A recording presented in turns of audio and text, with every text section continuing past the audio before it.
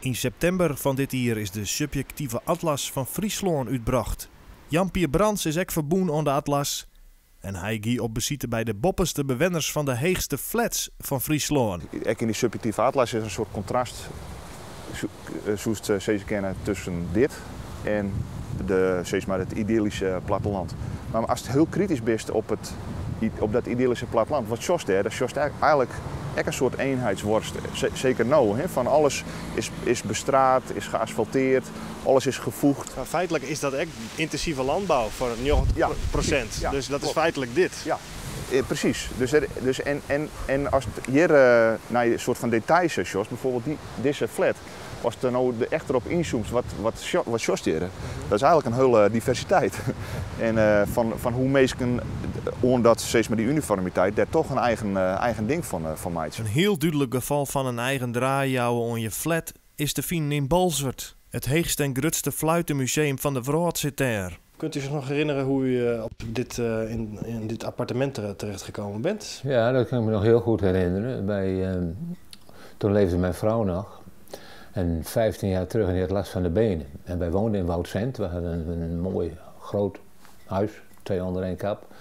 Maar ze kon niet meer traplopen. En toen zijn we op zoek geweest naar een gelijkvloerse woning. En we hadden ervaring met een flat, hebben vroeger in Harderwijk ook een poos in gewoond. En toen kwam dit vrij hier in Bolsward. Dus daar gaan we heen. In zijn oude wemplak hier Visser al een fluitenmuseum.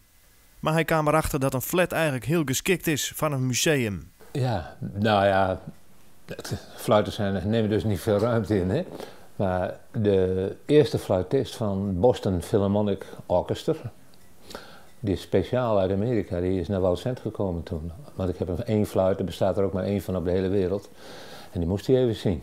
En Noot Visser op de flat zit maakt je meesting via zijn site een oorspraak. En wat is uw topstuk? Dat is een topstuk, die ligt nou in de kluis en die is van 500 voor Christus. Hoe bent u daarna gekomen? Die heeft een vriend van mij gevonden bij een opgraving in Guatemala. En die heeft in zijn broekzak gestopt en meegenomen.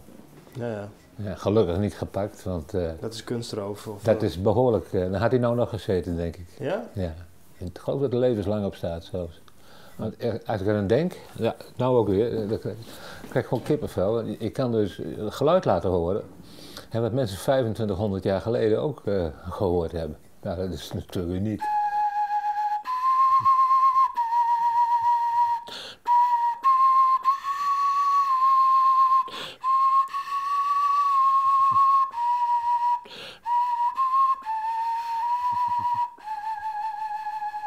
Een van de mooiste aspecten van het wonen in de flat vindt Visser wel het uitzicht. En vooral als een bui vanaf de Waddeneilanden komt, dat is ook zo mooi. Dan komt een heel gordijn komt zo op je af. En, ja. Morgen is er een verkiezingsprogramma, maar vreed zeggen we bij Robert en Sonja.